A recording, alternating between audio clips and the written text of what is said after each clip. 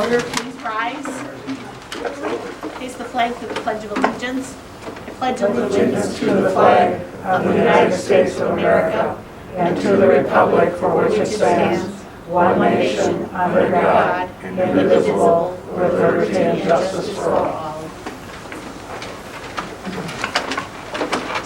The school board will convene to executive session tonight to consider the employment, promotion, compensation, or performance evaluation data of any public employee over which the governmental body has jurisdiction or exercises responsibility under Wisconsin statutes 19.85 per N1 per NC, considering middle school head track coach, high school boys baseball head coach, high school girls JV 2 coach, assistant high school softball coach, assistant high school baseball coach, compensation 2021-22 for the administrative, certified, and support staff, and the school board self-evaluation. We don't have any guests here tonight. No, we do not. Has Andre Jack joined? He is not. We would see him if he has. Okay, well, if he joins, we'll cut in. Last week, I think, was School Bus Appreciation Week, Mr. Lukey? It was, and we got breakfast for them on Thursday, and then it was a kind of a cold week, but they did a great job. I thought that was kind of be one of our sticking points this year with COVID, and they've done a great job of staying with it and getting our kids here safe. So, appreciate everything they do. So we appreciate those men and ladies, one lady, I guess. Are there any items that someone wishes to have removed from the consent agenda? If not, then the consent agenda will be approved by consent and includes a couple of donations. The Mighty Pioneers is donating $500 towards the dugouts maintenance project. That would be over at the Town Park Field. And $250 toward the track project. So thank you to the Mighty Pioneers. We'll start with administrator reports and Mr. Baer tonight.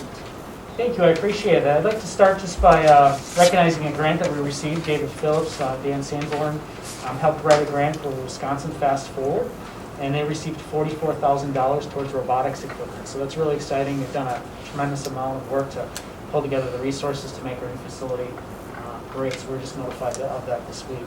I'd like to really take some time to congratulate not only our valedictorians, but the entire class of 2021. We have a great group of seniors, and it really shows that we've gone through a year of change, and there's been a lot of challenges for all of us this year, and I'd just like to congratulate that entire class. But I'd like to right now recognize 4 of our seniors through their hard work. Will be recognized as the class of 2021 valedictorians. Jenna Ingeldinger, Kylie Newton, Noah Tomaszewski, and Mackenzie Wiesner all earned that honor by maintaining a perfect grade point average throughout their high school years. So I'm really proud of them. I just wanted to highlight another thing. We had our first meeting, and I have on my report a little bit about the science curriculum review process, and that is really an important piece. Would you like me to stop, Lisa? Do you mind? Not at all. Mr. Jock, are you there? I'm here. Hello. Can you hear me? Okay, so Andre Jock, our state senator, is joining us tonight to, maybe he's got a few comments, but field any questions that we have for him as well. Senator, I really appreciate your coming tonight at our invitation. I know you are very, very busy at this time of year, and we appreciate the time that you're spending with us. As you know, the budget has been released by the governor, from his standpoint at least, and we're wondering, at least to start it off, if you could give us a few of your thoughts regarding the education budget for the upcoming biennium. Sure.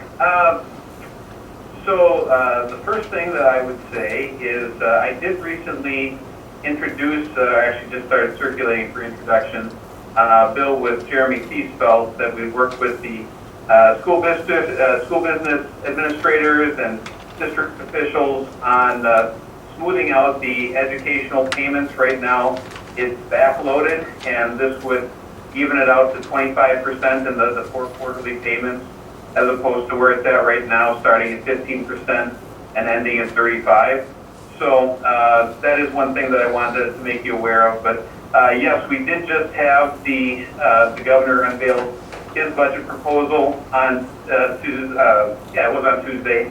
We're still very early in the process in terms of getting the fiscal bureau analysis, and then there'll be the joint finance hearings around the state.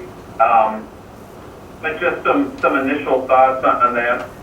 Certainly, over the past several budgets, there have been additional dollars put into education. I think that is an expectation.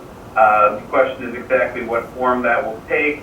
I know that, and by the way, just to go back, I'm sorry, I know I joined just a couple minutes late here. I had to rush back from, I was in Madison earlier today for floor session, and just got back to my district office here. So again, apologize for joining just a couple minutes late. You know, what the governor has said in regards to 2/3 funding, which we've been relatively close to in recent years, I think makes sense to get back to that level. Certainly additional funding for special education is something that I think there's been quite a bit of support for as well. You know, beyond that, there's always a lot of, I don't want to say strings attached, but there is competition for how dollars are going to be invested, whether that's in regards to the UW system, the technical colleges, or K-12 in terms of what the funding is going to go towards and how that is going to be expected to result in better educational achievement, attainment, better outcomes, better vocational readiness, better test scores, better equity, that sort of thing. So, of course, right now we have the Superintendent of Public Instruction primary that just concluded, so I'm sure we'll be hearing from the two contenders that came out of Tuesday's election, just relative to their priorities for how those dollars should be invested. But you know, certainly be an interesting process as we move forward. Senator, I'm sure you're aware that we, along with other districts, other school districts in your Senate district, do not receive any equalization aid. And I have been involved with the Fair Aid Coalition in looking at ways that we could address that concern for our local property taxpayers. And one of the areas we're looking at is increased funding in the area of categorical aids, particularly transportation aids, because most of us have high transportation costs, higher than the state average. I'm wondering, and I think I did send you some material on this as well, if you have any thoughts in that regard. I'll have to take a look at that formula as far as how the transportation aids are divvied up, particularly if it's regards to like vehicle miles traveled for students, or that certainly is a direction that we have shifted in terms of the way that our transportation dollars are spent, as opposed to, for instance, shared revenue. And I can tell you that there are municipalities in my district where you have equal population and very even demographics in terms of you know, poverty or racial makeup, and yet very disparate amounts in terms of the state shared revenue that is received. To the point that you can have two communities, and this is kind of a real example, that both are around 12,000 people. One is getting $3 million in state shared revenue, the other is getting less than $250,000. You know, somebody might ask, how could that be? And it's because of the point at which they were incorporated as a municipality, and one is different type of municipality than the other, and yet, again, those housing and demographic statistics are relatively the same. And there are different things within the formulas, but anytime you're dealing with school aid formulas or any other formula that we have, there are winners and losers. There are those that have become acutely aware of protecting how they do under the current allocation system, and even if you devise a hold harmless where nobody is going to be doing any worse than they currently are, you are going to have a situation where those that are currently gaining the most under the current formula are going to advocate through their association or most particularly their legislators, particularly if they have those that are influential in the process, to run additional dollars just through the existing system. So that is one way that I think we have seen, rather than putting more money into kind of a flawed formula like shared revenue, you would instead seen additional money put into general transportation aids, for example. That's based on the number of actual road miles that you have within an area. So certainly that's a possibility when you look at putting money into transportation costs, or certainly there's always dollars that can follow students for their own particular needs on a per student basis. Okay, thank you for that. Other questions anyone have? Mr. Lukey? No, I don't, that Would you care to comment, Senator, on some of the COVID monies that we might be anticipating as a school district from the state, obviously flowing from the federal? I apologize, I really had trouble hearing that question. I'm sorry, I'll repeat it. COVID money, COVID funding coming to the school districts from the federal government? Sure, so COVID dollars that come from the federal government generally are at the discretion of the executive branch. Certainly that was the case with all of the CARES money. The legislature only would have the ability to kind of divvy up that money if the federal government were to say that the legislature were to play that role, which they haven't to this extent. They kind of left it up to the governors. So that certainly was the case with, you saw the We're All In grants, or there were specific grants for instance, there was $10 million for movie theaters, and there was some additional money for restaurants, there were farmer aid programs, there were things put into PPE or healthcare. So as far as schools, I believe that still is the domain of the executive branch, unless the governor were to say that the legislature is allowed to play that role in terms of how those funds are distributed. Now, the legislature might try to put that sort of a plan together. I would imagine in most cases, the governor is going to be, any governor really of any party, I would imagine, is going to be hesitant to give up that kind of authority, because it's kind of like with the budget. I can tell you that, whether it's within my party or outside of my party, right now we have 32 state senators of the 33, that can be filled, and every one of us would draw those lines differently in terms of how funds would be allocated. So, I think, largely school groups are going to be talking to the governor in terms of how, their asks, their preferences for how any COVID relief funds are distributed, because the state has had a pretty substantial amount of money, and I mean, it was over $2 billion last year. It was 2.1, 1.9 after you take away the allocations that were earmarked by the federal government specifically for Dane and Milwaukee counties. So, that there are now maybe more categorical funds, and certainly there are things in addition related to unemployment, where you had the additional payment that people were available to receive. But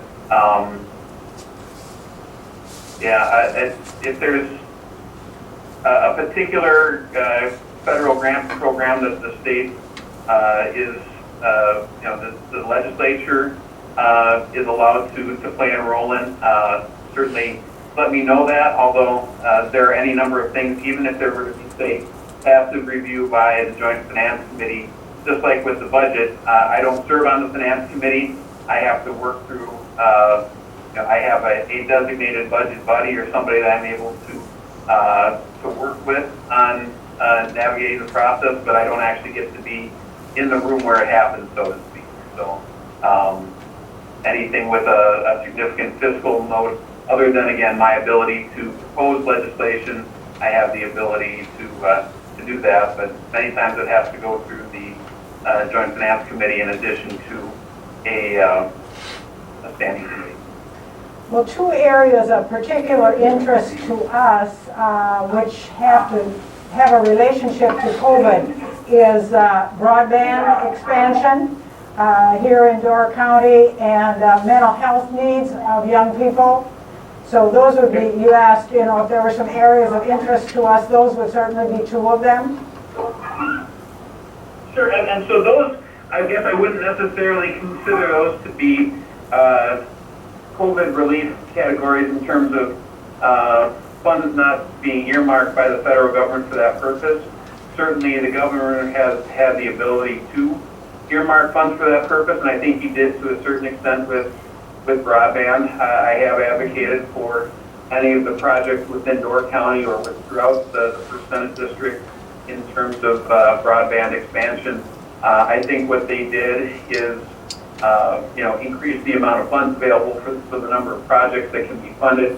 I used to work as a grant writer for the city of Green Bay and Brown County, so I had kind of requested the scoring of the proposals, and there were quite a few that were pretty much right at the same number in terms of the cut line for how they were scored by the committee. So, and there were a number of them in Door County, certainly some in Brown County and Calumet as well. So hopefully we'll see continued significant investment in that regard. Okay. That's been an issue everywhere, and it's not even necessarily where people might think in terms of, people think, oh, the sparsely populated counties out by Superior, or, really I've got communities just outside of Wrightstown or Michigan that, have the exact same struggles in terms of reliable internet, and, certainly the topography in Door and Kewanee presents its own challenges in terms of being able to get that reliable signal. And that has been one of the impacts of COVID, to the extent that you have schools that have gone virtual, as you have inequity in terms of the ability for people to access reliable internet. And accessibility is one thing, but affordability is another.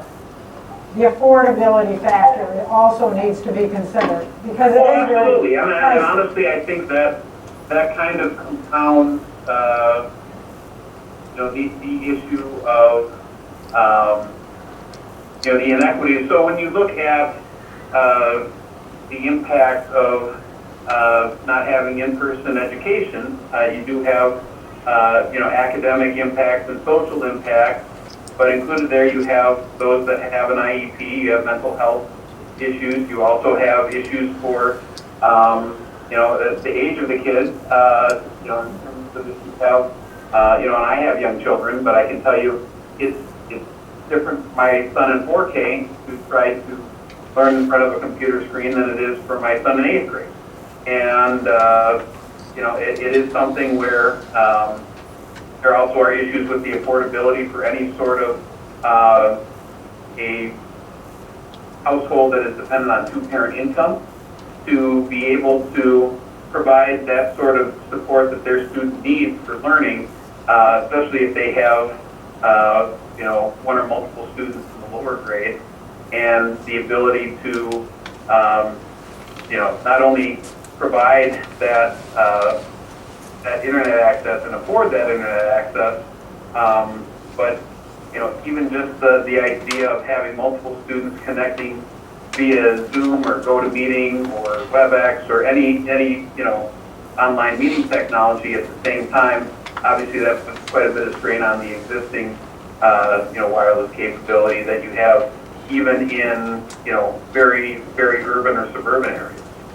Senator, picking up off of Sue's comments on the internet, I'm not a big government person, but this is one of those areas where I think state government needs to provide the leadership.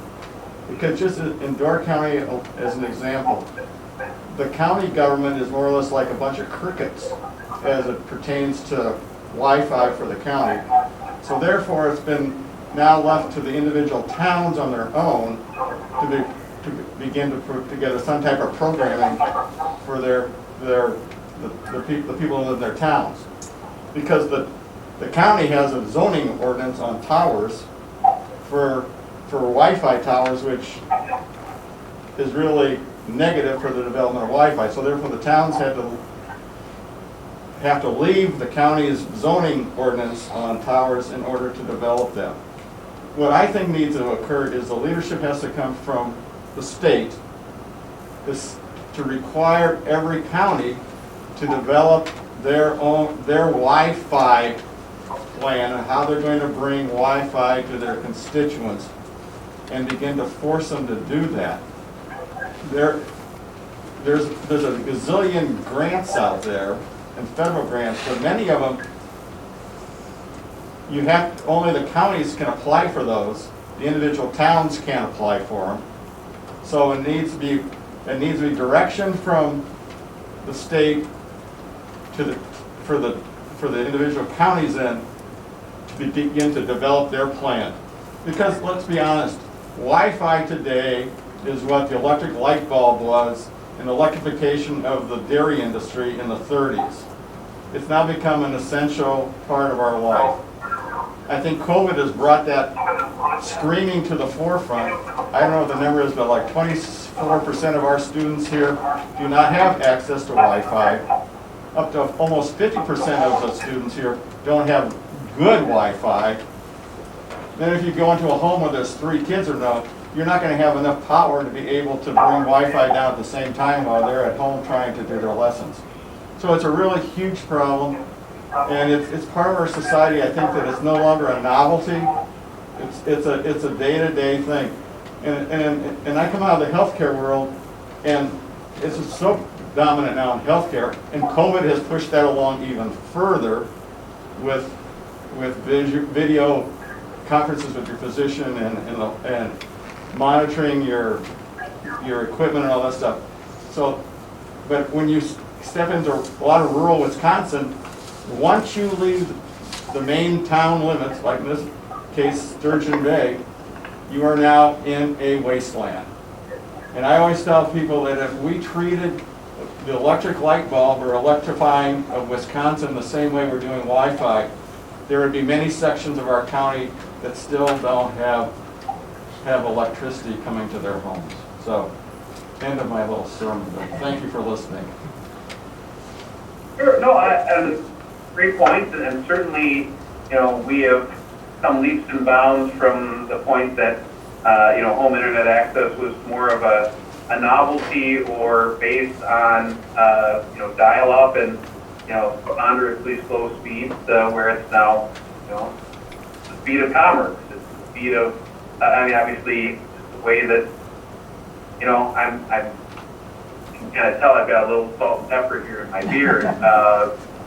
Growing up, I think I knew one kid that had a personal computer in his home because his dad was a CPA. Through my elementary school years, and now every kid has, cell phones or devices that connect online, and it's a very different world in terms of needing to have that access, especially for commerce, and that's an issue that affects where people can move, where you can get workforce.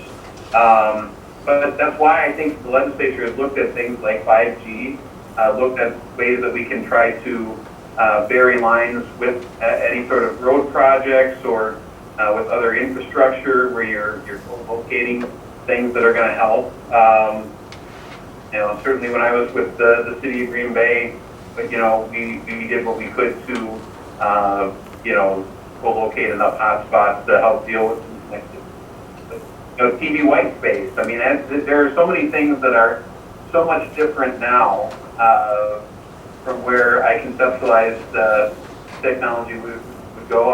There are so many electronic gizmos that I've had to recycle because their components and their interfaces are obsolete. But certainly I'm very open to suggestions for how we can do that. I know that one person recently had talked about, he's a retired administrator, school administrator from Illinois, that was talking about expanding E-rate and ways to lower some of the the cost per connection, but, you know, it's an issue I think I have often had difficulty working with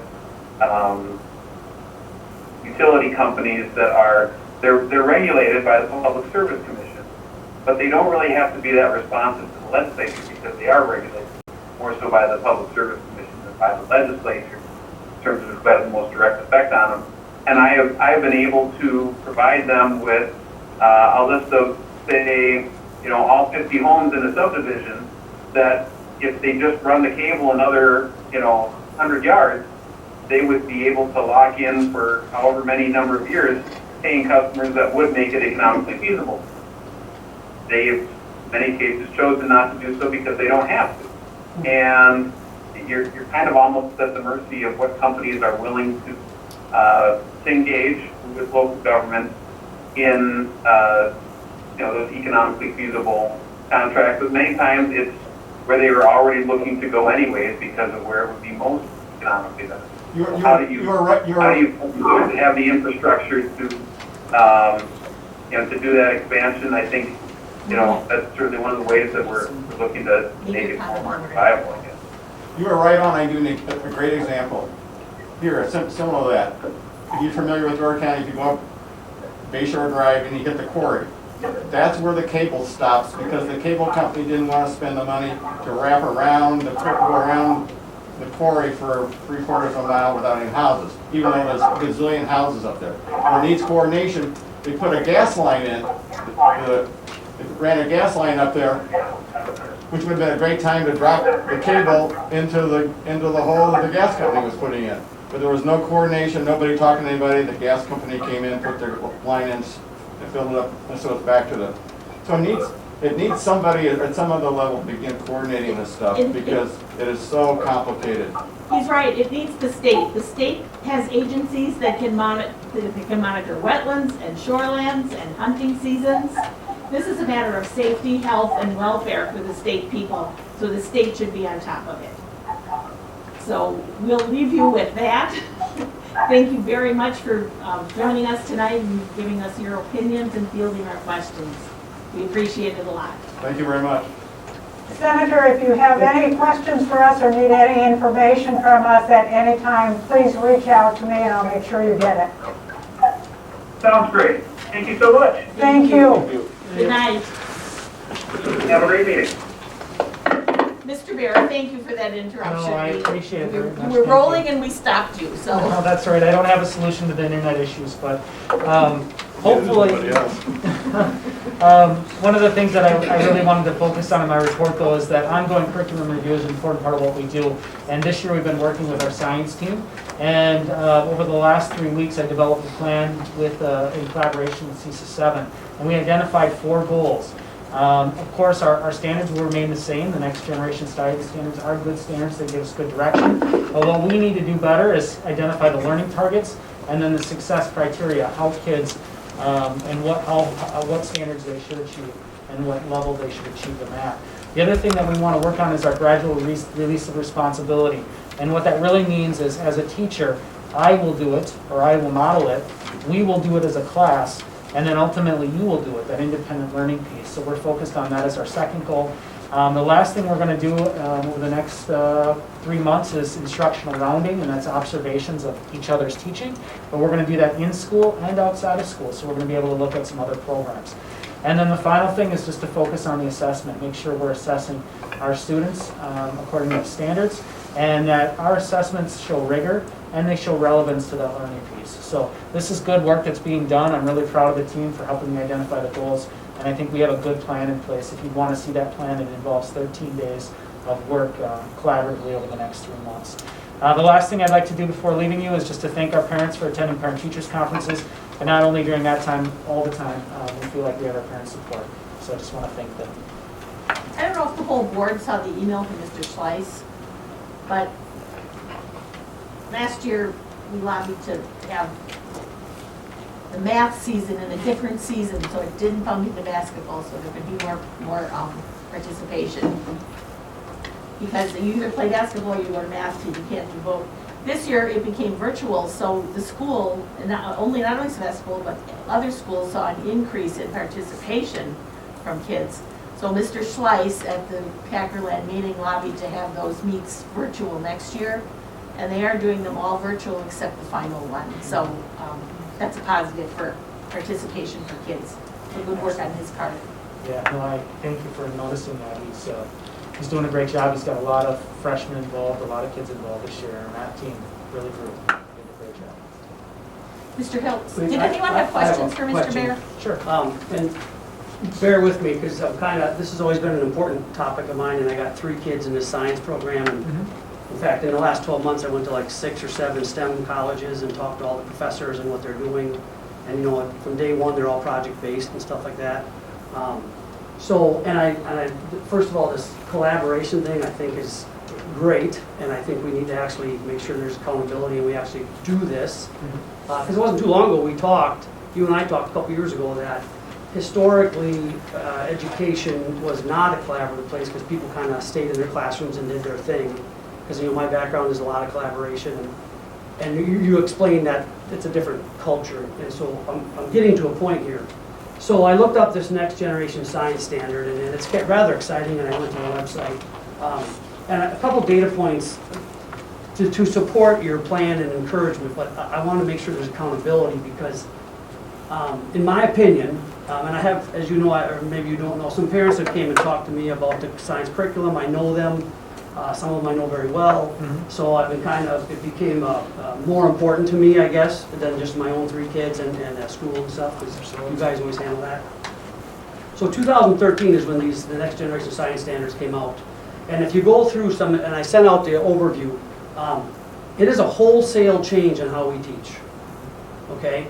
So, it's exciting, and it is from the STEM world, it's exactly how it's done. It's what they're going to do in school. Every one of these schools, that's what they're going to do. But it is different than I was taught years ago. One would argue MSOE has probably been doing it for many, many years, but this has become more common in there. And it's standards-based. So in my opinion, it's hard to transition to the NGSS like it's truly intended. And in my personal opinion, the high school is not teaching the NGSS. I think my experience, and I have a kid in the class, you have one high school teacher teaching NGSS. And in fact, when we hired the last science teacher, that was a huge bonus that you recommended here because she came from a school where it was being taught. So in talking to some of the parents and some of the challenges, in Dave Cack's opinion, is it's such a change that if everyone else is teaching the other way and you throw a kid into this classroom, it is a difference. So when we talk with parents about something that might be changing, it needs to come from an organized, collaborated curriculum team that says science through K-12 is jumping into this and we're going to do it. And there's got to be accountability with the administrators.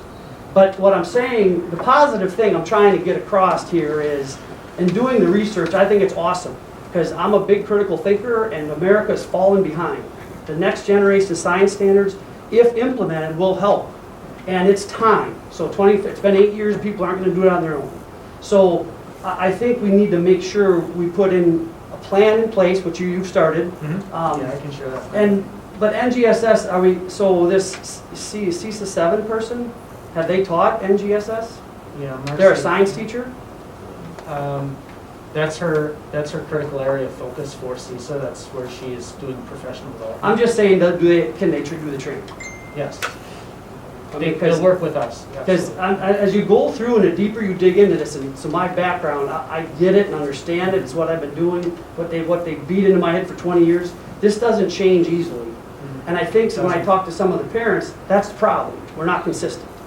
So I want the other board members, because I got 3 kids coming through the science program, and I go to all the parent-teacher conferences for 20 years now. So, I mean, I have a basis of understanding, and it's very important. I mean, as a data point, St. John Bosco, they started Project Lead the Way. The 4K teacher had to change. It's a different way of teaching. I know their middle school teachers are quite frankly struggling with it. So, you know, and we committed to this a while back, but I think it's time, this training. But what I'm asking you for, if I'm allowed to, is I'd like to see the plan with accountability, how this collaboration is gonna get done, because it is that hard, it ain't just gonna happen. Because if it would've just happened 8 years ago, it would've just happened. So, Yeah, no, it takes a lot of work. yeah, I know, and resources, and what I would ask the school board is, as you guys come back and realize we might need more training for some of our staff members, and some will transition harder than others, let's help them. Let's help them succeed, because wasting your time here, which I hope you don't think it is that way, this is important to education. And my last thing I'll tell you, one of the first school boards I went to, they said the biggest problem in Wisconsin's education is that we've been so successful. So most communities and staff members don't want to improve because Wisconsin led the way for years. Like my childhood, it was awesome to go out around the country, and I came out of Wisconsin. I forget who the lead speaker was that said that. Well, Sevastopol has gained some awards not too long. And so I would expect our great staff is sitting back saying, we're a blue ribbon school. I don't have to change to this. So hopefully that's not the case. Yeah. But I just know that, and Kyle and I talked, changing a culture of an organization is not easy. And so this is the curriculum. So it's changing the culture of how we do that. And I think some of that, by the way, is some of the concerns you probably shared from parents. I've talked to them. You know, a bunch of engineers talk about this stuff, and you know, we do research. That's what and so I got encouraged to do that because of people I know were pounding me about it. And I sit in here. So number one, I'm glad you're doing it. Thank you. I commend your science team because we've got a good crew. But this is a different thing because you know we've been talking performance-based evaluations. And it's not easy to do. So now it's performance-based education. And the one thing I really liked on the NGSS, you don't go through the curriculum, you do the curriculum. That's where the project-based stuff, you have the kids do the stuff. They're thinking, they're touching, it's far more, and you're gonna learn more. So I sent out a link to school board members of the summary, and it was the teachers. And the first thing they said when they got started, they were stunned, it was very challenging, very uncomfortable, but once they got through it, it was very, very rewarding. They saw the kids coming alive in these areas. So I'm excited about it, but I know you're doing this because there's been some challenge, and I want to make sure the school board knows we ain't out of this yet, and we got some work to do, and I guess if you're leading the way, hopefully, I said a lot, but I want to support you, but we also got to make sure this collaboration actually happens, because some people maybe have been doing it, and we just gotta be more consistent across Sevastopol, because if you have someone in this classroom and they've been a good teacher, been teaching for 20 years, and you throw them into this classroom, it's an entirely different learning process. And if they're not educated, trained, and if we don't have the talking points to go to our parents and say, okay, things are changing, this is what we're doing, this is what we expect. And so that's CAC's observation.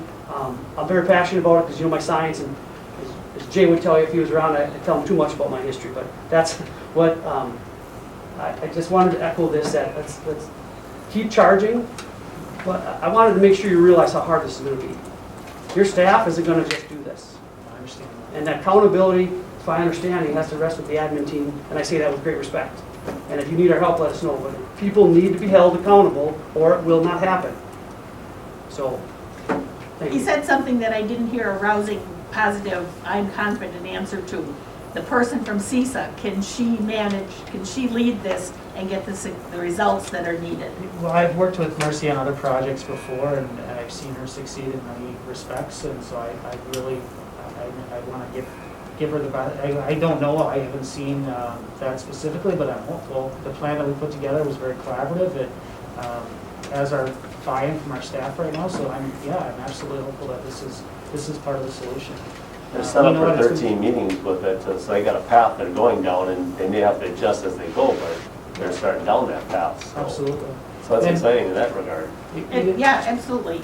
But it is hard to teach something if you really don't get it. And we're spending money, right? We're spending money for CISA 7. That's one other board concern is money. Is like this NGSS website. Is she the best resource that we're going to spend money on to get most bang for our buck? it's just a question. And if you At think this it is- point, yes, because we have a contract with CSUS for so many days of professional development, and we decided to purchase it and use those dates in this area this year. Okay, so this is under our So existing we're okay. contract? We're okay, and if we have to change or advance somewhere else, we will, but this is a good place to start. Yep. And this collaboration thing, by the way, really got fired up about that, so Thank trust you. I'll follow up on this one too. That's So when cool. would you expect to see something back on that, Dave? Well, if I can personally ask, but I mean, I think up to the admin team, you go through this training, and then I think, I think a report, when is that training? I forget when it's coming up. February, or you said you have 15 days? Yeah, we started already this week. We had our first meeting. I think guess- our instructional rounding is March 2nd, I believe. So I think in my past life, what I would expect, but tell me what's reasonable, is some, like a schedule, right, milestones. You know, when does the foundation go in? When do the windows go in? When does the roof go in? Okay, back to this. When does the training wrap up? When do we ask teachers to implement new lesson plans? You know, because they're different. It's not a textbook and a handout, and then you test it. Textbook, handout, test it. That's not how NGSS works, right? That's what I told you. You should learn that in training. So then, how do we start transitioning that in? And then with elementary, middle school, and high school, are we making that transition? So that when a kid's coming out, you know, when do they get into this? It's just different thinking, right? They got to think on their own more. This makes the kid think more, and that's Okay, why. this is going to be middle school, high school right now, there are 4 teachers that are working on it, and I see in fourth quarter, they'll start sprinkling these lessons in, the ones that haven't been doing it, because that's what they're going to get trained on, and they're going to try a lesson here and try a lesson there and see what works and move out of their comfort zone and push forward is the way I envision it. Absolutely, and a couple things that I want to respond to, Dave. The first thing that I'd like to do is, I can send it to Mr. Lickey, he can send it to the entire board, or whatever he recommends that I do, is send you the entire plan, and then you can ask questions of it, and take a look Sure, at it. yeah, And see and what we're doing, because you'll see that we've developed a presentation to develop our goals, and we've gone through some meaningful activities already. The other thing that I want you to be aware of is that, I mean, you mentioned it perfectly, is that this starts, it's a change of mindset, not only for our teachers, but for our kids. Our kids have to be prepared to learn in that model, because if they're not, they don't feel successful, because that's not the learning approach they're used to. right. And so we're kind of doing it backwards. We need to start as early as possible and get our kids thinking about it. One of the things that's going to help us is our STEM lab. Our tech facility is really going to help, because that's hands-on discovery, learning, and that's exactly what is going to happen in the next generation science Well, standard. So Tech Ed's been doing this for years, quite frankly. absolutely, and You should know, and right? math. Tech Ed's been doing this type of education. Right, we Now used to they're have the putting it into elementary science, issue, Tech Ed didn't have the influence on the elementary. Now, next year, the elementary is going to get a rotation with that. So there's a lot of components to the success of this. It doesn't just start in a single classroom. It starts at a very That- young age. I think that caused us some challenge, Yep. actually. And Because so, we brought someone in and said, this is awesome, go do it, your school used to do it, we want to do it. right. Because that was what said when she was hired. So that's exactly what we talked about is, call it sit and get, call it whatever you'd like at this end of the spectrum, and then call it conceptual modeling framework on this end. And if we're all teaching at this end and one person's teaching at this end, our kids are going to be very uncomfortable in our learning approach. So here's. So we got to move And that's what's closer. happening, that's what's happening. This is now. That's what's happening now. We got to move closer to the middle and then start moving that needle closer to that conceptual side. And I'll give you an example. I've done this in math already, Dave. I've already done this in math, and we use a program called CPM, College Preparatory Math, at our higher math levels. Conceptually, our kids weren't ready for that because it was a lot of partner, pair, share conversations, and they were learning together. And sometimes there would be a dominant person in that relationship, and they would do most of the learning, and the other student would sit idle. So that was almost too far in one direction because our students hadn't learned really. They didn't have, first of all, they didn't have the background knowledge to participate in that rigorous conversation or learning. So we had to move back a little bit from that, and we had to actually change our approach. We're doing that right now as we're leveling out both of those fields, and that's what we're trying to do is get to the middle with all of our staff, and then start moving the needle this way. And that takes time, not only for our staff, but for our kids, and I just want to recognize that. So if you want to see complete implementation by the end of this year, it's not possible, I'll tell you that. Nobody could do that. But it shouldn't be 5 years. But it shouldn't be 5 years, but it'll take some Right. time, absolutely. And just to make my point, and the reason I talk so much is, so this is the sit and get, and this is the new one. I don't want you to take this one and bring them back here, right? So what you said is awesome. And that's all I'm saying is meet in the middle and then move forward. Exactly. Don't rip them all the way back and say, everyone else does it this way, we're gonna do it that way. And there's, Because that's what some organizations would prefer to do. Mm-hmm. Because the accountability team, and that's you guys, it's hard. You gotta say, all you guys here, we're gonna change what we do. That ain't easy. And if you're not strong and accountable and have schedules, that's where we'll end up staying. That's well, my passion. I'm gonna send you the schedule because it's very specific and you can take a look at it and you can tell me what questions you have. Good, about no, the I progress give you of all the already, through, but but I I'm still got glad kids here, I'll be watching it for a while. you verified Sorry. what our intent is, and I think everybody is interested in that. I think there is some fears associated with it, if I can be honest too, in There the should fact be. that, you know, teachers are afraid to move towards a completely conceptual model because it's not understood yet, and our kids aren't prepared to learn in that way. So we prepare the kids through the curriculum staff. So we gotta start Gotta get the staff earlier. there to Yep, then bring absolutely, absolutely. I don't mean this to be sarcastic, but one of these decades, are we ever gonna figure out how to teach math? I mean, I escaped it in myself because they were going into the new math, so I was ahead of that. But then I got caught in high school physics because they were going to PSSC physics that time. Then I got caught when I was teaching biology because they were teaching BSc biology or something like that. And they signed me up for a math class to teach freshman kids. I thought it was going to be easy because, well, they were in the new math and I was just like totally frustrated. And I understand if the teachers don't want it, but it seems like we're constantly changing how we teach math.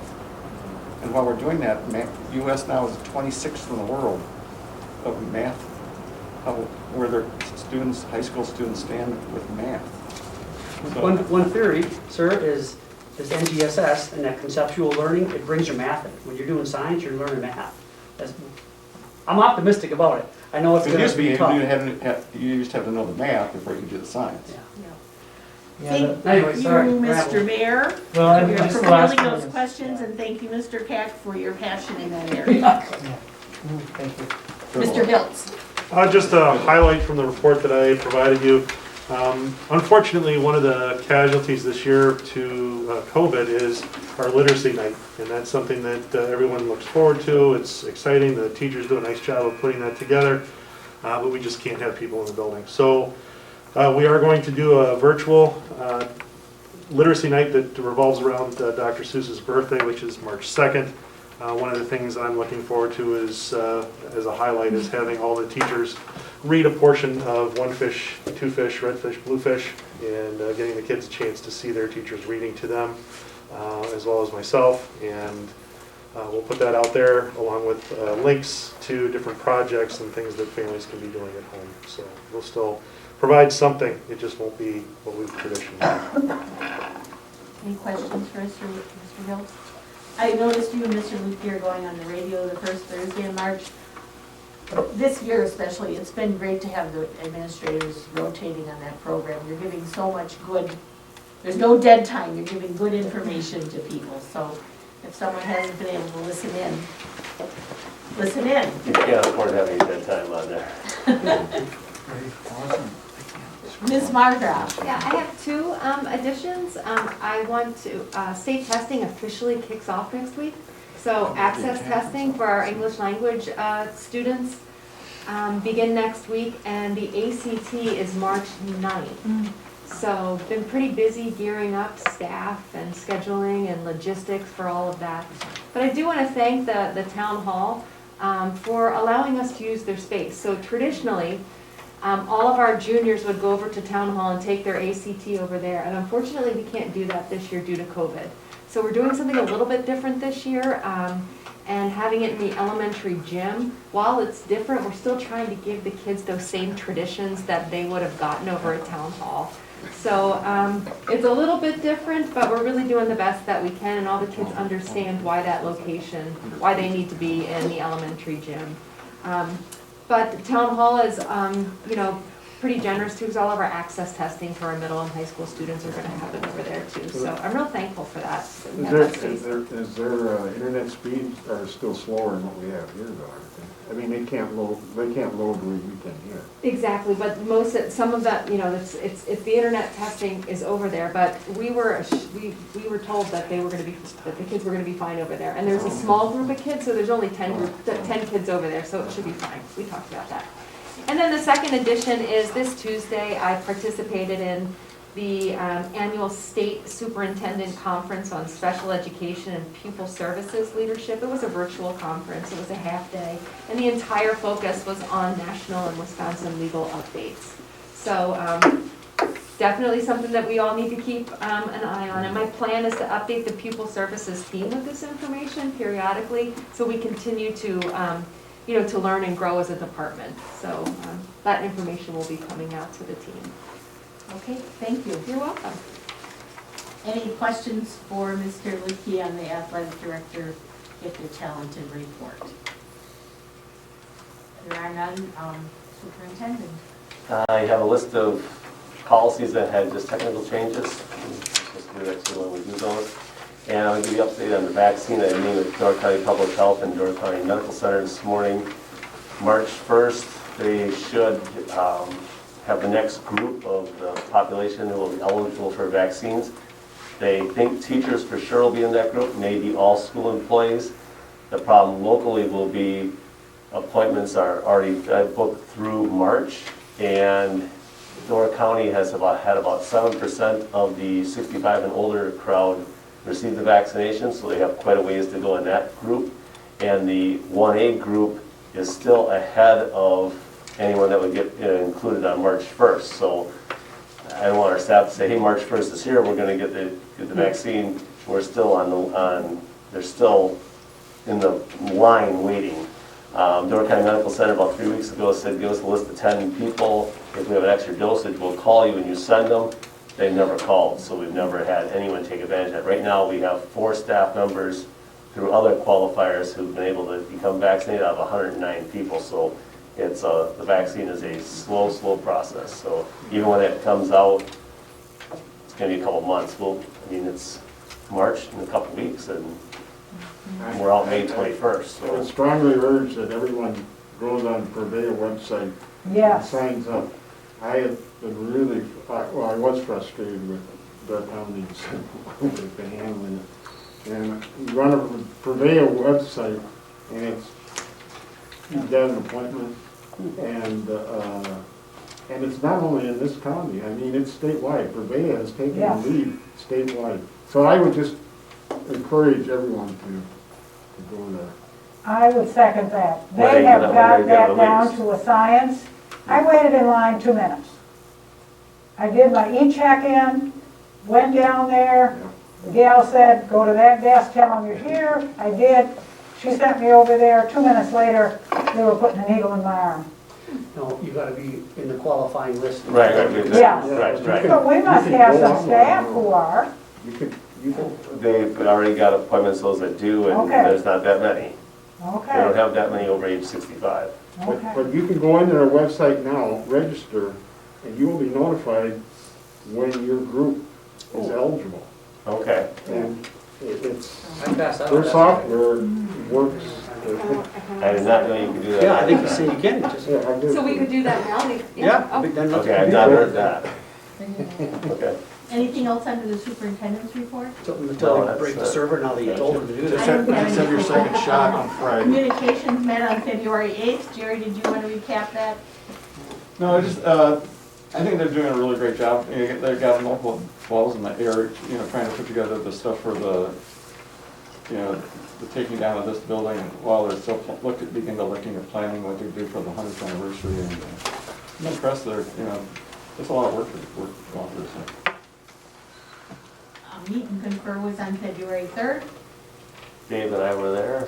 Go ahead, Well, Dave, I shout out to Mr. Hilbert. He's always there. I respect that. He's always there. And that was about it. So we talked. I mean, he had a pretty straightforward question. I think you answered it.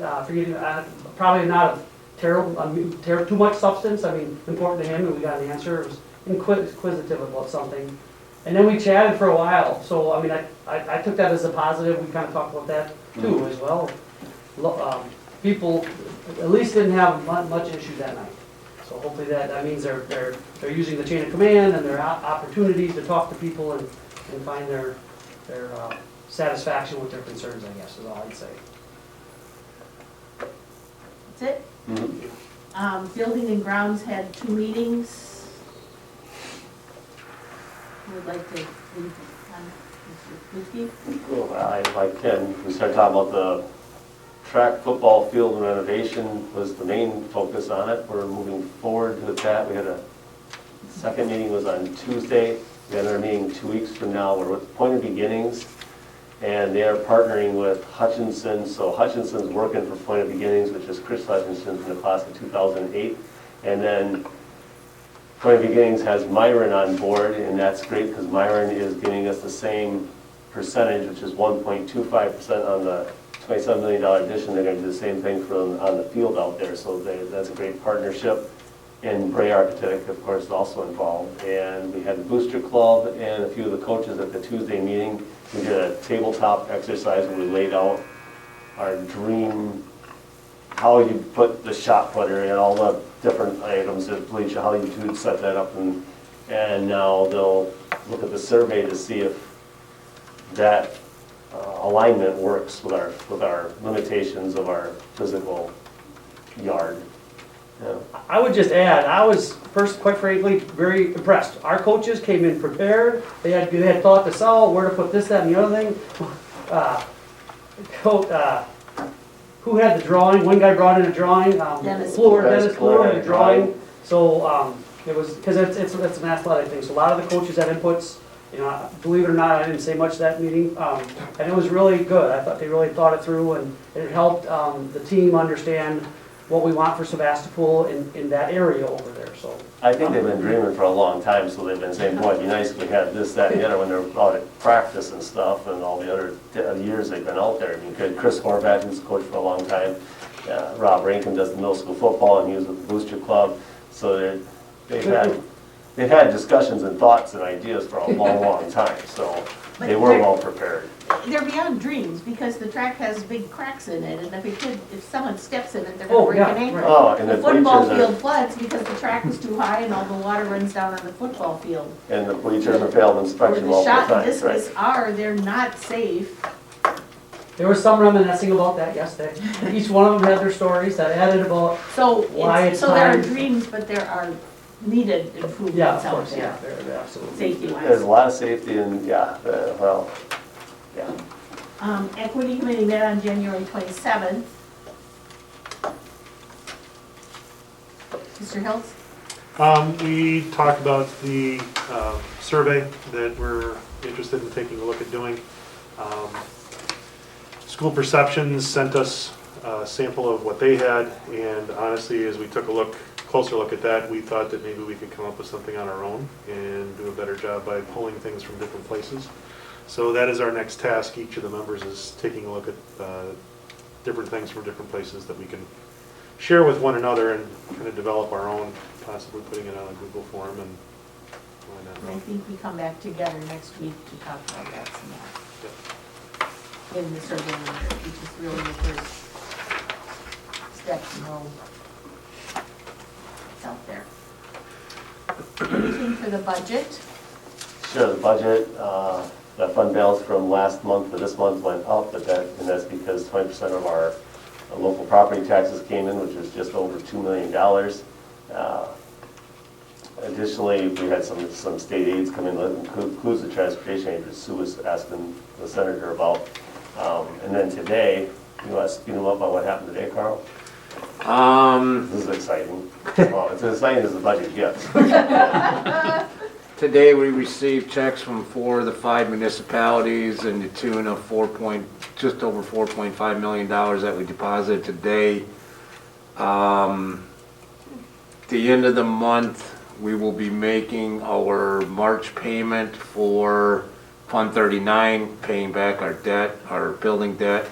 And that payment is about $1.3 million. And then in September, we'll have about $460,000 that we'll have to pay. The reason why one is so much bigger than the other is the one that we pay in March, we pay principal and interest, whereas the one in September, we only pay interest.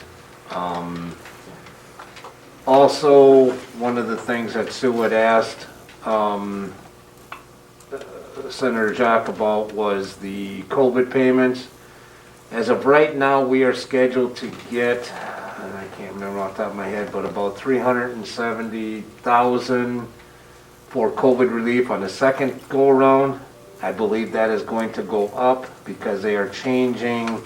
They did a new motion as how they are going to do the second part of it.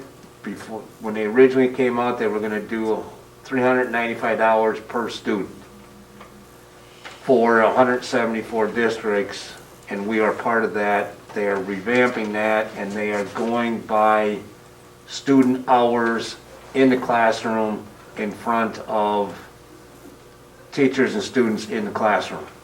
So it's going to take some work, and this won't be figured out until the end of the school year. But I think we're going to do better as far as the total number of hours we've had kids in front of teachers throughout the year. Because we've been there all year long. We've had kids in front of teachers, and as things go on, that may increase. So I think we're going to do better as far as the money we get from COVID relief. And the money that we get, we have basically 3 years to spend it. The rest of this year, 21, 22, and 22, 23.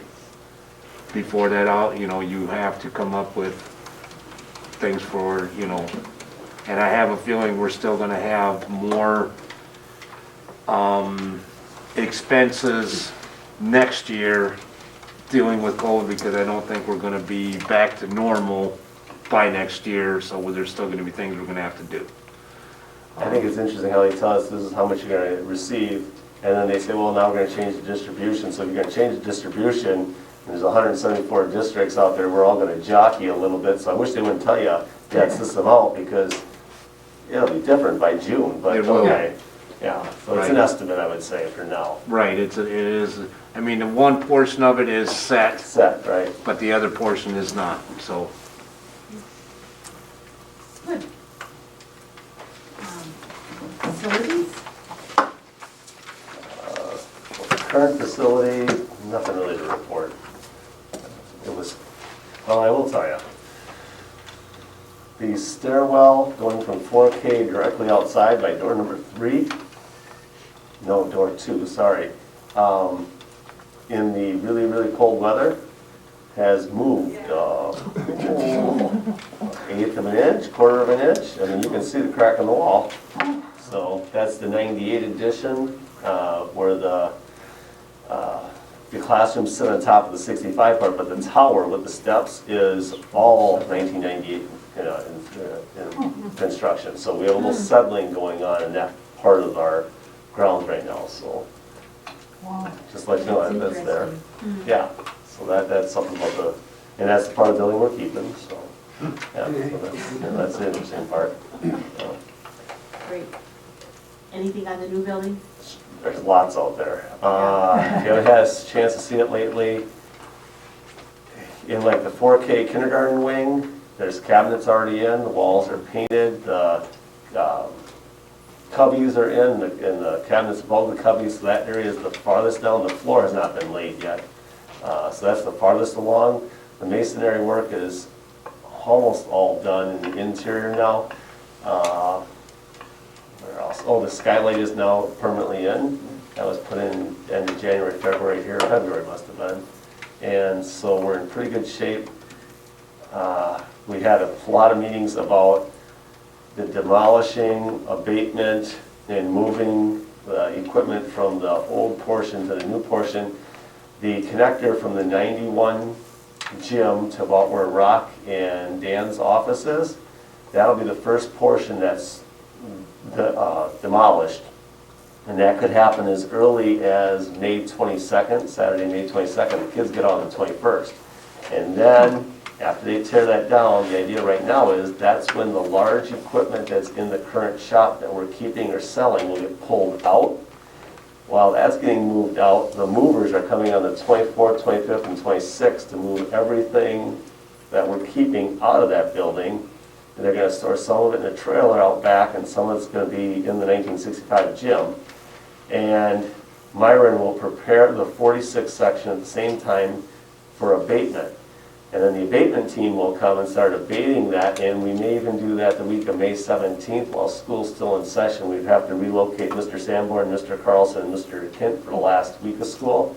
And they'll seal that off, abate it, and then the demolition can just keep rolling in the backside and tear down the 1946 section. At the same time, the movers are gonna move the furnishings from the 3rd floor, then 2nd floor, then 1st, and after they move the 3rd floor, the abatement crew can go to the 2nd or 3rd floor and work their way down, and then the abatement will continue in the 1965 part because all our hallways and the 3 science labs that we currently have and the face room, Tara LeClaire's room, all have asbestos in the tiles, so we're getting that all out, so the abatement company is going to get ahead.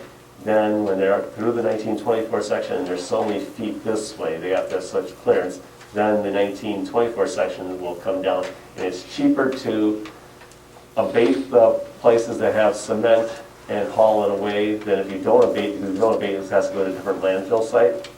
Our abatement budget is $250,000, and we have spent $110,000 so far.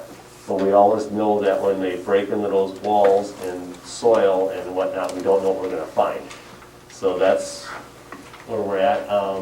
Brea's working on drawings for the face room because that's gonna get the new look to it.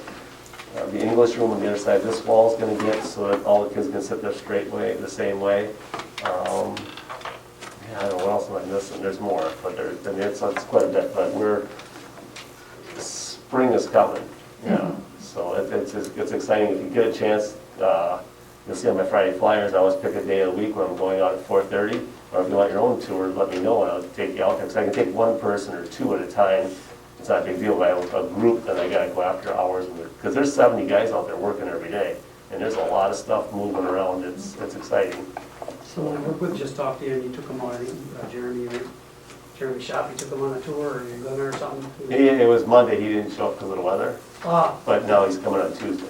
Yeah, so yeah, if someone's looking, if they want to know, they can, get a hold of me. If I'm going out there, I don't care if I'm taking 1 or 10 or 20, that's okay. So I want people to see it and be excited about it.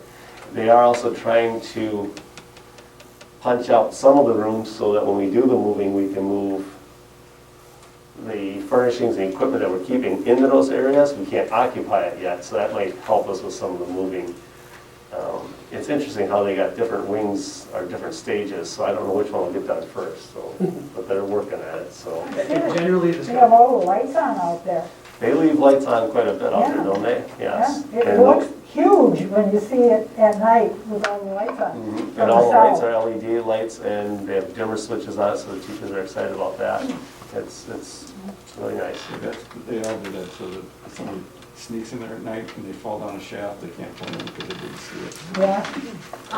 There will be a time capsule buried or placed in that new building. Mm-hmm. And I know that the staff are working with students on student-based projects or information. There are certain things that are given to go in there, like a copy of the newspaper and the annual and things like that, but for individual classes to have a representation. But if any of you have some fantastic idea of something that should be buried in the time capsule, let us know kind of by the end of the month. Something other than a plastic ice cream? That seemed to work. That worked for Mr. Madden. Copper box, I guess. It worked for Mr. Madden. Copper box. Cindy's recipes. Pardon me? One of our favorite Cindy recipes should go in there. Oh. Okay, let's see, what is next here? We're gonna get back to my agenda. I think about, Sue, did you have anything legislatively that needs to be updated? Just a couple of things to add. As you know, the governor announced his budget. If you haven't had a chance to look at it, I would encourage you to do so. It is very favorable to education. He has $612 $0.8 million in state general aid, increased revenue limits, significant increase in special education, also mental health money, school-based mental health services, and dealing with the rolling 3-year membership, the count, which is important to us, especially now with COVID, to expand that to allow districts to use the greater of 2019 or 2020 in pupil counts for both summer and fall in the calculation of revenue limits. And also some increases in per pupil categorical aid. The Wisconsin Rural Schools Alliance and WASB have both come out in support of the budget that the governor has released. Now, keep in mind, of course, that's the governor's budget, and I did read some of Representative Voss's comments today, which were not at all favorable. But stay tuned, because there will be lots of discussion coming on that. And then I did get an email today from Wisconsin Rural Schools Alliance regarding a federal emergency broadband benefit. And this, according to the brief excerpt that I have here, is for low-income households and those financially impacted by COVID to connect to the internet. And there is a webinar on this. The Public Service Commission is going to be holding a webinar for schools and social service agencies and others on Tuesday, March 16. I will give this to Stephen. I don't know if we would have families or households that would be eligible for purchasing devices or even for connectivity, but it's probably worth taking a look at. So it might be something for some of our families. And that's all I have. The Wisconsin Association of School Boards Convention report.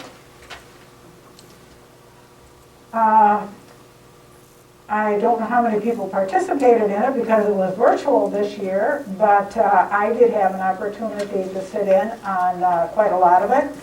And I'm looking forward to being able to go back and access those sessions that I couldn't, because we can all access it for the year. And I know that there are still people who are registering because they heard about the good sessions. And so they're still registering so that they have that access for the year.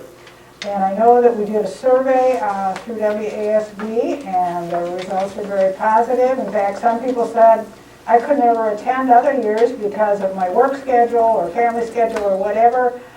This year I could attend. So we are thinking maybe we ought to look at next year as having an opportunity for those people who would prefer virtual, as well as hopefully we'll be able to attend in person by next January. But we do, as I mentioned in my report, have our WASB board meeting this weekend, and we will be looking at the convention. But and just a big thank you to Cindy for sitting through the delegate assembly and representing our district. I know it was a long and arduous task this year because it was virtual, but thanks for hanging in there, Cindy. And I know you listened to some of the other sessions, so you may want to chime in I would too. encourage board members, if you haven't, and you With still want this to remote register. stuff, so you can still register and then you can see, because when you Yep. said you could see all year round. You can, Yes. is that can see flexibility every is session. way better. You can I see- would say if that organization really wants to serve its members, they would make it virtual from now on, because there are people that can't get away. Right. It's a hardship for them. It's a lot of, it's a lot of money for districts to pay for a motel room. Oh, yeah. At $200 a crack for 3 nights plus meals. And I just think, like, moving the math team to virtual, it allows more participation. Right, exactly. Can I add something? And just a little bit of a plug, but I did participate in the school board convention. And there was, it was taped, so if you get a chance to, but it was directors of special education in rural counties to be able to tell school boards what the experience was like for pupil services staff and the students. So if you get a chance to listen to that, there was a lot of really good stories from pupil services directors across in rural counties. Yes. So there are some good sessions that were. There are a lot of good sessions for other people than school board or district administrators. There are good things for business people. There are good things for maintenance people and food service. Pretty comprehensive, what was there. Yes, yes. It really is a Wisconsin Education Convention, not just Wisconsin School Board.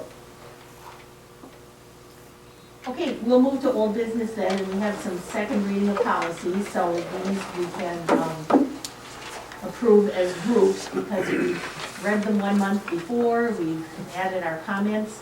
So if someone would like to make a motion to accept that group A. I make a motion reluctantly for A. Second. Questions or discussion? Hearing none, all in favor say aye. Aye. Opposed? Motion carried. The policy of group B. Move to approve the second reading to delete the policy 6145 borrowing. Second. Questions or discussion? Hearing none, all in favor say aye. Aye. Opposed? Motion carried. Group C. Move to approve the second reading of new policies listed in item C. Second. Questions or discussion? All in favor say aye. Aye. Opposed? Motion carried. And Jerry, you did notice this in my report. I read it. Good, good, thank you. I was thinking of you when I saw I that. still question if is that required, the policies come to the board? Because I've been on NWTC's board for 12 years, 14 years. We have never had an administrative policy come The before. state governs This was the exciting. schools differently than they govern everybody else. I went to school, but I mean, is it? Public school, I guess they govern differently. It's like our budget. I say, why can't we just do it in QuickBooks so everybody could understand it? Some, like the Sue, I read Sue's thing too, it keeps us all fresh on Robert's rules of order and how to make motions, right? Yeah, We but some of the exercise stuff is every like week, just dribble. every month. I mean, there's 3 policies on no smoking. Yes, Well, why would you have 3 policies Sorry, on I no didn't fire you. smoking? because you have to He's have, already brought it up. Here he goes. No, you can just say there's no smoking in the building, period. It affects everybody. doesn't quite work that way, Jerry. But thank you for reading it. We'll move Just to persevere. I'm sorry, we're going back to the reopening plan. Yeah, we, since February 3rd, have had only 1 active case of COVID. We went like 14 days without any. The 1 case we do have has required 4 other people to be in quarantine. So I've been watching and monitoring. We've talked to the admin team. We'd like to get more students in the building. I thought we could maybe wean some in and slowly get to full capacity, but that doesn't work educationally because if you bring in a few more, then you'd have some kids that were there 2/3 at a time and they wouldn't all be the same 2/3 and it would be mismatched. And if you did it at one end of the building and not the other, you don't, it doesn't matter. If you're at capacity at one end and the other end's still empty, that doesn't help. The only thing, if we bring everybody back, the only time there may be more common is on the buses. However, on the buses, we have quite a few more parents driving this year because of COVID. They said that in the survey this summer. So the recommendation now from me is, and I think the ad team agrees, is to bring all the students back beginning on March 1st. That allows our staff next week to prepare for bringing them all back. And the parents should keep their daycare opportunities available if we end up going back to an AB schedule, but we've been sitting here since February 3rd with only 1 active case, and of the 92 cases we have, 1's active, the other 91 have been fully recovered without any hospitalization. So that's a pretty healthy mix. We do know that as we fill up, when we do quarantine, we're going to quarantine a larger segment and send more home. But I think that risk is worth the reward of getting our kids back in school and get moving there. The 4th quarter starts, was it March 22nd? And I'd like to get them in sooner than that. So my recommendation is March 1st, bring all the kids back. Do you have any knowledge of how Southern Doors model is working? I mean. Yeah, when Southern Door Sturgeon Bay has a student, they end up sending a whole class home, 20-some kids at a time. They're sending larger numbers, and that's what we would do if we had a case for a while, but so they're losing them in groves when they lose them, yeah, but they've had everybody in there the whole way. Their staff has been okay, they never had gotten to the point when we had to go fully remote in December. It was because we ran out of staff and substitutes, because the quarantine of our staff takes 10 days if they're positive, or 14 days if they come in contact with someone that's positive, but I think we're at the point where we should have our students return. And we'll still watch our numbers, and if we have to go back to AV model, we will, but like when we had the day on Monday with no school because of the temperature, first thing my second grader said when I came out, after I made the call and did my other work, came out of my bedroom, I told the kids, hey, I said, there's no school tomorrow. And my 8-year-old said, 6-day weekend. Well, that's not great that she had a 6-day weekend. Now, Mrs. Groder did a great thing. On Monday, she sent her an email with a whole bunch of work, and that was fantastic. And she connected with them on Tuesday and did what she's supposed to. But I don't like kids saying, hey, 6-day weekend from Thursday to Thursday for no apparent reason. So I think it's time to come back. We've had about 13% of our population have COVID between staff and students, and no one's been sick to the point they've been hospitalized. So that's data in one direction that it's, I'm not gonna say it's the flu, it's worse than the flu, but that's what the experience of our staff and students has been, is a bad flu. No one has been hospitalized. So you got it, this is an action item, you want a motion? I would like the motion, yeah, unless you want me to just do it. Yeah, Okay. yeah, go ahead. Kyle, can you and the other administrators speak to my question around transitioning these kids back when they come back full-time? Just the overall emotional, mental health issues, the potential to be reminded about rituals and routines that the school has in place. Are those things that you as administrators have talked about in putting a plan together to help support the kids? Well, first off, we talked academically that they're pretty much on the same page. They've been A/B, so they're at the same page, so one group's not coming in ahead of the other. Okay. They have their protocol for wearing their mask. We're not changing that. We're not changing our quarantine times. And as far as mental health, I think they're going to be relieved that they get to finally see some people they haven't seen. The middle school switched models a couple weeks ago, so you have a Wednesday group coming in now. And I've heard the kids say, wow, I'm seeing kids I haven't seen all year. I finally get to see my friends. So it's more, I think, overall, there's been some apprehension when there's a larger crowd. And we may have some families that say, nope, that's not for us, we're keeping them home. And we'll work with those, but I think most of them are going to be relieved that it's a step towards normalcy. And I get to see people I know I should have been seeing since September, but I haven't seen them, till now. So I think it's going to, there'll be a few breakdowns, but I think overall it'd be more a sense of relief and, more normalcy. You guys got kids, what do you think, Keith? What are your girls gonna be like? Are they gonna say this is scary? Well, my son would too, I think there's an aspect that the staff will do, like in the beginning of the year, you're gonna have to reestablish classroom discipline and all that. It'll be an Teachers do it. adjustment. And my son's excited, but he goes, I don't know what I'm gonna do, Dad, if I gotta get up 5 days a week. I need to be ready to go to school. Right. It's kind of like when along with someone on vacation. Right.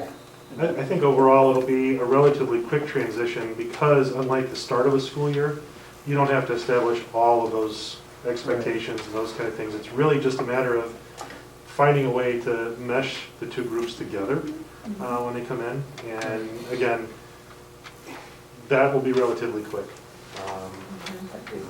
I do have and that's not an easy question again, I'm sorry, so I know on your report that the DPI at a national level is looking at the learning challenge, and how do you handle the start of next year? Because, and this is optimistic, but we're not through the year yet, so we don't know what will happen.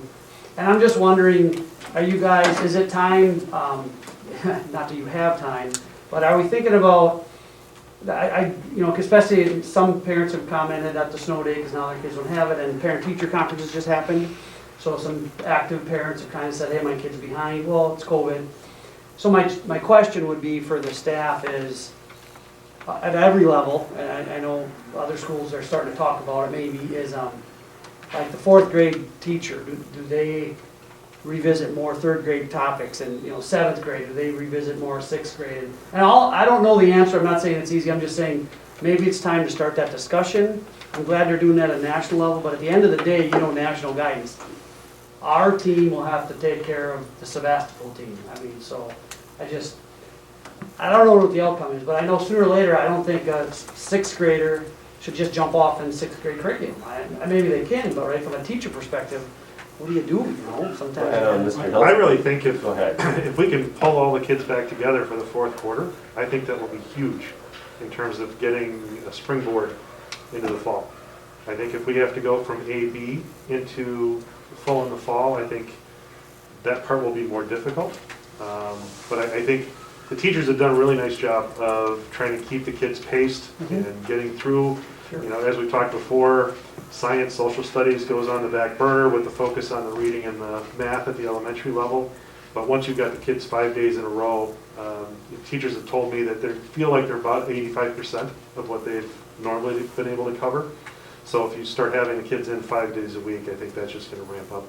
And we're not going to gain all the ground back, but I really think that that's going to be a huge game changer. I think our teachers talked at a grade level before them and a grade level after them, so they communicate, this is where we're at. I mean, And Dave, we started the year that way in math. It was specifically in all the subject areas, but English language arts isn't the same in its progression of skills as math is, because math is still sequential.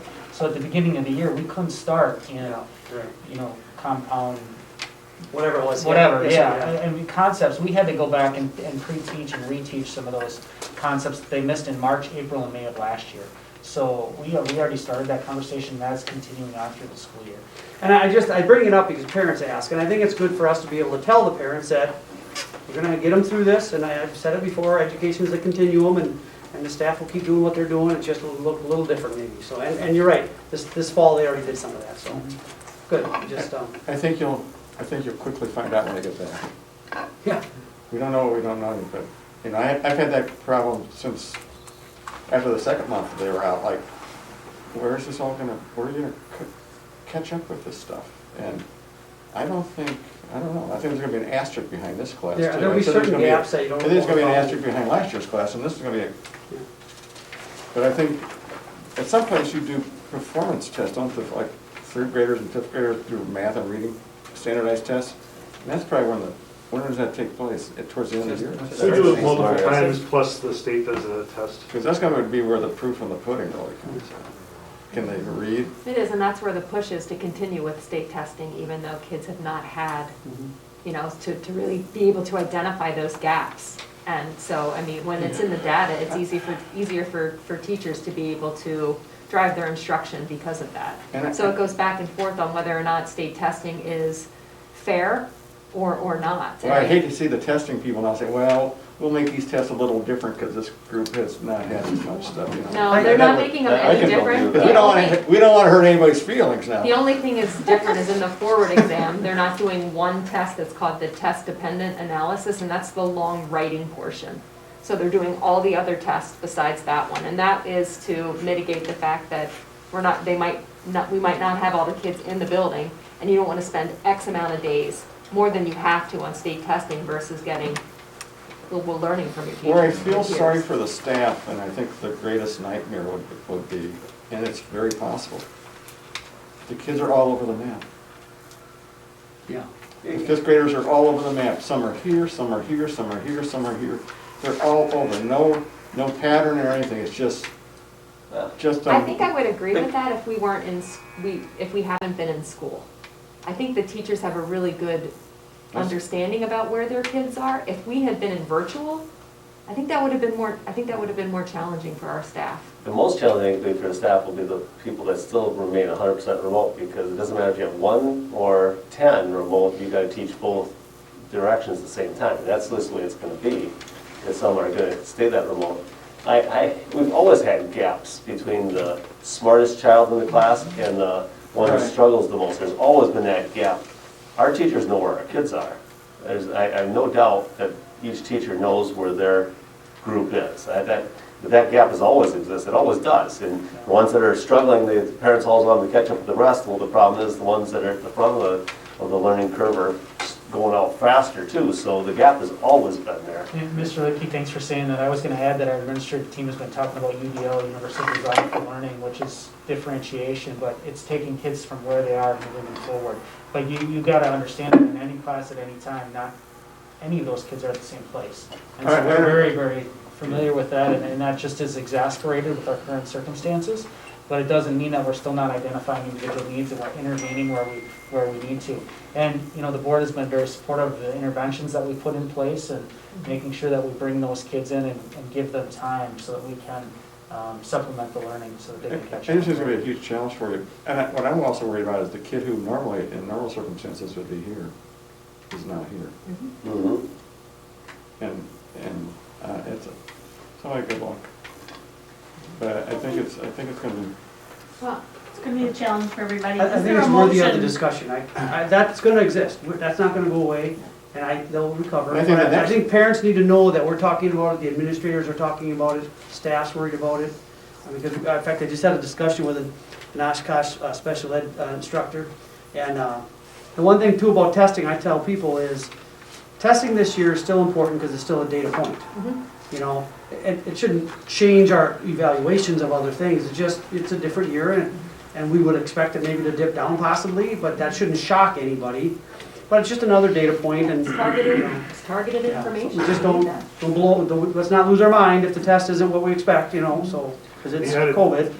The added benefit to going to 5 days is the forward test takes a number of days. And if you only have them in here every other day, now you're taking a lot of their learning time away. Where if you've got them in 5 days, you can get that test done and get back to the learning. It's a long testing season. Yeah, because the test, they don't care if you're here every other day or you're here every day, you gotta get it done.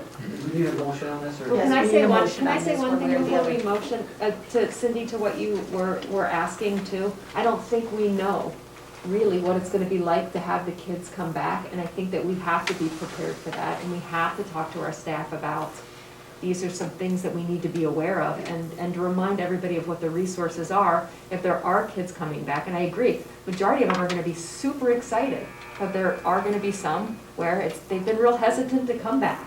You know, so we just have to be prepared for that, like we're always prepared for, it's what we do every day here. We meet a student of where they're at and we give them what they need, but yeah, we need to let our staff know that it's a real possibility, that it's not gonna be awesome for every kid as they walk through the door. We gotta support them too. So, I guess a question for this board, probably we have to discuss in the summertime. But if we get towards next September, and COVID is way down, do we still allow kids to stay at home, causing this disruption, I would think, with the way the teacher works and the way the class works, because of a fear of COVID, which, you know. I have to say, that's a concern of the staff. I think That's we a real we concern should of have the that staff. discussion probably this summer. I think we should have that discussion earlier in the summer than the end of the summer. I already have my The recommendation. We'll biggest have it. sin that has occurred, and I'm sure I'll offend somebody, the biggest sin that has occurred under that is kids say they're staying home because they're afraid to come to school because they're gonna get COVID and they're gonna take it home, but they're over here playing basketball face to face. Yeah. That, we don't have a way to not let them stay at home and learn, but, that's not a good situation. So you need a motion. So I'm sure I offended somebody, but. Well, you made the motion. Listen, we gotta have, because we're not set up for it. But it's better if it comes from you guys, I mean, Okay, it's so reinforces is there it, a yeah. motion? I move to approve the recommended change in this reopening plan starting March 1st. Second? Questions or discussion? Will the virtual option still be available to students? It will be for this year. For this year. And our start time and end time for the school day will remain the same because at 2:30 we still will clean the building like we always have been. But the remote option will still be available. You have a criteria base for their select, I mean, for a parent or parents, selecting virtual, is there? This fall, they had to meet with Mr. Barron and Mr. Hiltz to arrange that and give the reasons why they are choosing that option, absolutely. Yep. But that'll be, They'll get notified tomorrow, and they'll have all next week to contact them if they need to, if that's what they're thinking. And there's a plethora of reasons why people have picked remote this year. Yeah. Mm-hmm. Right. And, Is that not right, Mr. Barron? and they should have that, and they should have that option. There are some very, There are some very legitimate. There are legit, and sometimes you can't For now judge. through COVID, right, I mean, Mhm. the discussion. But summertime is, early June meeting is a good meeting to have that discussion going forward. And the landscape of COVID at that time should be a lot different than it is right now today. So do you need that as a separate motion, you'll just write that down and put it in the agenda? It'll be on the June. So The all in staff is favor gonna say bring it up aye. if we don't. Aye. Opposed, motion carried. Make sure we do that. We then have these first readings of policies, so if someone wants to start with the first policy in section A, we'll kind of go around the table. Approve the first reading of policy 0145, sexual and other forms of harassment. Second. Questions or discussion? All in favor say aye. Aye. Opposed, motion carried. I would move the first reading of policy 1400, job descriptions. Second. Questions or discussion? All in favor say aye. Aye. Opposed, motion carried. First reading of policy 2260.02, English language proficiency. Second. Questions or discussion? All in favor say aye. Aye. Opposed, motion carried. Move to approve the first reading of policy 2411, school counseling and academic career training. Second. Questions or discussion? Hearing none, all in favor say aye. Aye. Opposed, motion carried. Move to approve the first reading of policy 2416, student privacy and parental access to information. Second. Questions or discussion? Hearing none, all in favor say aye. Aye. Opposed, motion carried. Move to approve the new policy 3112, board staff communications. Second. Questions or discussion? Hearing none, all in favor say aye. Aye. Opposed, motion carried. I'll move to approve policy 3220, self-evaluation and educator effectiveness. Second. Questions or discussion? Hearing none, all in favor say aye. Aye. Opposed, motion carried. Move to approve first reading of policy 3340, grievance procedure. Second. Questions or discussion? Hearing none, all in favor say aye. Aye. Opposed, motion carried. Move to approve the first reading of policy 3431, employee leaves. Second. Questions or discussion? Hearing none, all in favor say aye. Aye. Opposed, motion carried. Then that item B, the delete policy. It is my pleasure to delete a policy, number 3416.01, parental access to instruction media center information. Second.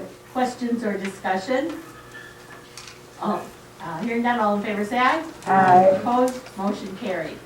Move to approve first reading of policy 0143.2, board member information requests. Second. Questions or discussion? Hearing none, all in favor say aye. Aye. Opposed, motion carried. I'm excited this one. Move to approve the first reading of new policy 0144.5, board member behavior and code of conduct. Second. Questions or discussion? I'm excited. I want to point out to Jean that I noticed there's 2 copies in our package. And I was wondering if she was sending me a message. Sorry. I just want to comment there's on your two- enthusiasm There was 2 about of it. it. One to take with you to Phoenix Yeah. next time. Because I read them both, I'm like, well, they're the same. Took me a while to figure that out. Questions? There was a Sorry. second. Cindy Yes, I seconded. did. Questions or discussion? Hearing none, all in favor say aye. Aye. Opposed, motion carried. Move to approve the first reading of the new policy 1211, whistleblower protection. Second. Questions or discussion? Hearing none, all in favor say aye. Aye. Opposed? Motion carried. And I will move to approve policy 2522, instructional material centers. Second. Questions or discussion? Hearing none, all in favor, say aye. Aye. Opposed, motion carried. Then we move to the Trees for Tomorrow, 5th and 6th grade overnight field trip. Mr. Hiltz, you wanna talk? Sure. As you might be aware already, we take an annual trip to Trees for Tomorrow with the fifth graders. And because of COVID this year, we were not able to do that this past fall with the fifth graders. So what we're proposing is to take both next year's fifth graders and next year's sixth graders, so that would account for this year that missed, and go up for the week. So we would take half the first part of the week and then do a switch and take the other group up for the second half. That would be the same number of days that we've typically done, but it would be 2 classes in a single week to account for the one that was missed. It'd save one bus trip because the bus would take the second group up and bring the first group home. It's awesome. Do we need a motion on it? Yeah, overnight field trips need board approval. I move to approve the field trip proposal for the overnight field trip for Trees for Tomorrow for both the 5th and 6th grade. Second. I have just a question. I know they've fundraised for this in the past. Has this COVID put a It's slowed it grip down on a that, bit, and the but board, the there school will board, be the school will some, be picking up some of that? it's definitely slowed it down, but there will be some fundraising that will be done. The typical things, there will be Renard's Pizza sale. Culver's will help us out with a Culver's night. Jimmy John's has agreed to help us out as well with one of those same kind of nights. So there will be some fundraising. They also know about the third of the cost of the trip already in their account. That was just a curious question. I think if the school has to pitch in, We'll for it, get the them. school has to pitch in. They'll for get it. there, but they'll do their part. I like the Rainbow Grant idea. That happens every year, yeah. Awesome. Any other questions? Hearing none, all in favor say aye. Aye. Opposed, motion carried. And hopefully they will be able to go. Then we're looking at a resignation of Renee Seifert, an aide. Does someone want to make a motion? I would move to approve the resignation of Renee Seifert, who has served the district as an aide, and thank her for her service. Second. Questions or discussion? Hearing none, all in favor say aye. Aye. Opposed, motion carried. This item for goal setting is on here, not to really have a discussion about goal setting right now tonight, but to talk about when we want to start scheduling that. We'll do our board self-evaluation tonight, which I think is the first step, and we should probably just have a separate meeting for goal setting, so we can really give it some time that it deserves. So, do we want to start that soon, here in March? Do we want to postpone it for some reason? Anyone have a, Maybe allow us a special meeting for that, or something like we that. would have, I think we have a separate meeting night for that, and maybe more than one. I would prefer probably a May meeting, Closer to the end of the year. closer to the end of the year. Little more idea of where we stand as far as COVID, and, I'm hoping to leave this situation behind, but yeah, I would agree. give us some thinking, some things to think about. So I'll put it on, we'll put it on the April agenda Okay. to schedule. I think that we need to have some, at some point, but then before that, is at a regular meeting, some discussion of what level of goals are we talking about. There are board goals, and then there are operational goals that come out of the super, and we shouldn't get muckied in those goals. No. We should do this, some high, Board goals. but they're high-end goals, they're not recipe goals, you know. Then from those goals, then the goals, like a pyramid, it goes upside down and it starts coming down like this. And maybe some of that discussion will start tonight under our evaluation. Okay. But we need at least one special meeting to, Do we need someone to facilitate that conversation? pardon me? Do we need an outsider, like from CISA, to help us facilitate that conversation of setting those goals? WASB should have Well, We want it to be like this. I will tell you, I haven't been, don't take this as a personal friend, but I haven't been impressed with CISA in that regard. The strategic planning thing was okay, but kind of a fiasco. Our staff could have done that. I think goal setting, I think it would be great to bring, if we're gonna bring somebody in, somebody outside of the school mindset to come in. Yeah, I was just using that as an example. I mean, if someone has someone in mind, that would. I don't have someone in mind, but I think it would be great to have somebody outside of the school mindset. Who's the director of the community foundation again? Brett McCoy? Yeah, I've been at a meeting with Brett McCoy's walked us I'm on the board of Dorcam Cancer. He walked us through. I think he's skilled like that. Yeah, He is. Yeah, he's pretty good. So he might be an option. We can talk about, that. And you don't want more than like a half a dozen. No, yeah. No, I mean, No. and that is, no, we don't want very many and we don't want them to, Detail. yeah, because they're supposed to just kind of show the direction, the big direction we want the place to go. And then so we'll you put have that on for April to talk about meeting in May. I want, I wonder if we need to, is that a meeting, that first meeting, if you want to bring someone like Brett McCoy in at that first meeting?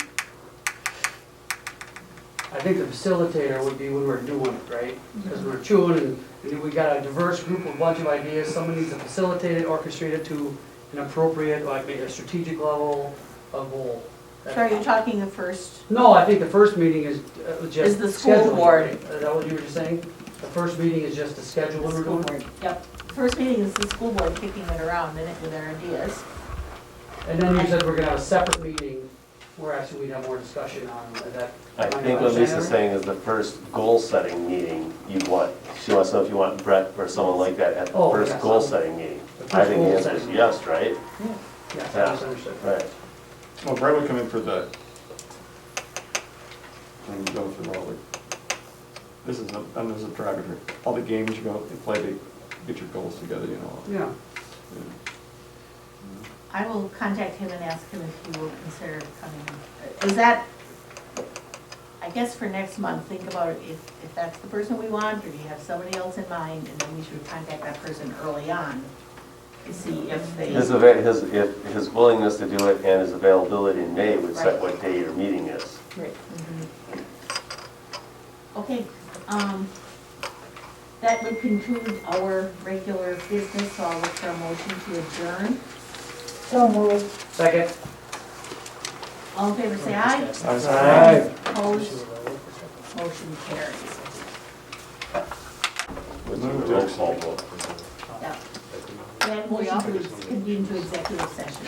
So moved. Second. Second. Roll call vote, Dick? Aye. Aye. Aye. Aye. Aye. Aye. Motion carried. I apologize for that, I was watching the basketball score. Okay, we are back in open session, called to order at 10:15 PM. I will look for a motion on the middle school track head coach position. Make a motion to approve Annie Kaufman as the middle school track head coach. Second. I thought Ron Frank was the head coach of middle school track. Is that changing? I think he's assistant now, because he did the head basketball and head Oh, football. okay, And football's spring Spring. sport now for okay. Can I have his name again, please? Annie, Kapolnek. Kapolnek. All in favor, say aye. Aye. Opposed, motion carried. Head baseball coach. Move to approve the hiring of Tom Ash as high school boys baseball head coach. Second. Questions or discussion? All in favor say aye. Aye. Opposed? Motion carried.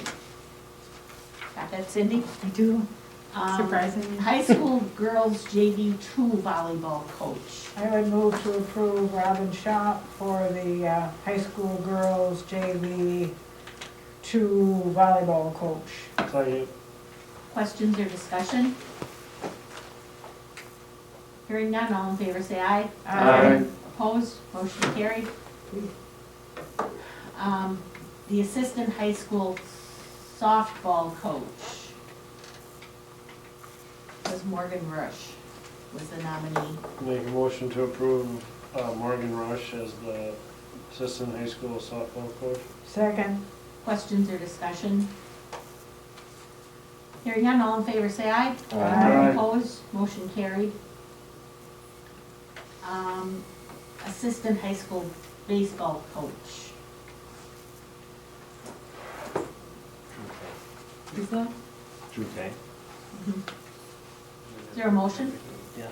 I make a motion to approve Drew Tink as the assistant high school baseball coach. Second. Questions or discussion? Hearing none, all in favor say aye. Aye. And then the compensation for our administrative and support certified sports staff. I would move to approve the compensation 2021-2022 administration certified and support staff as presented. Second. Other questions or discussion? Hearing none, all in favor say aye. Aye. Opposed? Motion carried. Our regular school board meeting is March 18th. The property, buildings, and security meeting, I don't have the date for that. March but it's 2nd, two- 6 is March 2nd. 2nd, 6 o'clock. It'll probably be a couple of months down before we schedule meet and confer. Equity committee meets next week, and I will have Jean get an agenda out, and we're gonna look at the survey questions for that meeting. Communication committee meets on March 8th. And does the athletic committee have a reason to meet? Well, we're supposed to get Oh. working on the We're supposed to get some planned agreement over there, I forgot, yeah. field work and, So if you meet, you'll Yeah. tell us about that next We do week. kind of rely on Mrs. Tank to set us, but yeah, Okay. we are probably have a meeting with. yeah, we should, That's a yeah. joint meeting, whenever it gets arranged. Okay. If there's nothing else, we'll look for a motion to adjourn. So moved. Second. All in favor, say aye. Aye. Opposed? And we are adjourned at 10:19 PM.